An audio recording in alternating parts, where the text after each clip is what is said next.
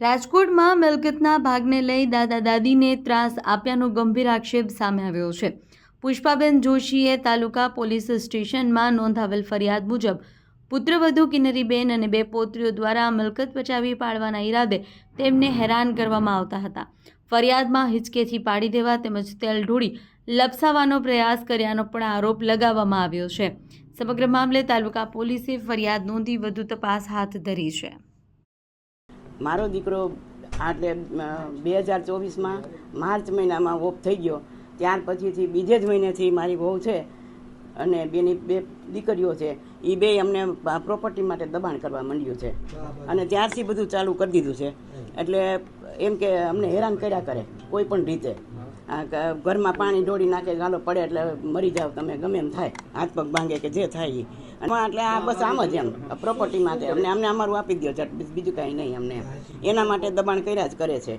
અને અમે અને એવી રીતે કોશિશ કરીએ માનસિક રીતે બધી રીતે પાણી ઢોળી નાખે એટલે અમે પડીએ લપસીને, કાંઈ પણ અમારે મૂકવા કરવા જવું હોય નીચે।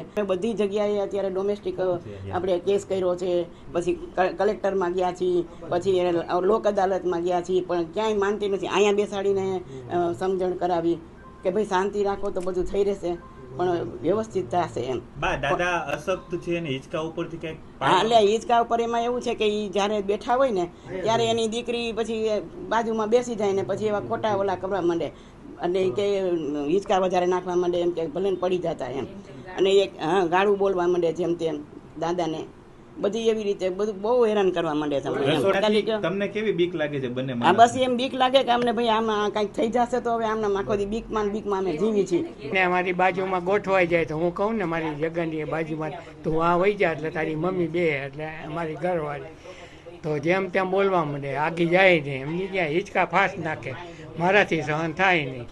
હું શાંતિ હાટું હિંચકે બેહવા જાઉં, સમજી બધું કરવાનું કારણ શું? કારણ મૂડી પૈસો જોઈ છે, ભાગ જોઈ છે। મારી પાસે છોકરો એના બધા કાગળિયા મેં હોપેલા હતા ને એ બધા દઈ ગયા છે, એ મારી પાસે અત્યારે હયાત છે ને મેં કોર્ટ મેટરમાં લખાવ્યું છે, હું બધું કોર્ટમાં રજૂ કરીશ। મારો છોકરો ગુજરી ગયો એ વખતથી કઈ રીતે ગુજરી ગયા? કેન્સરમાં આવ્યો।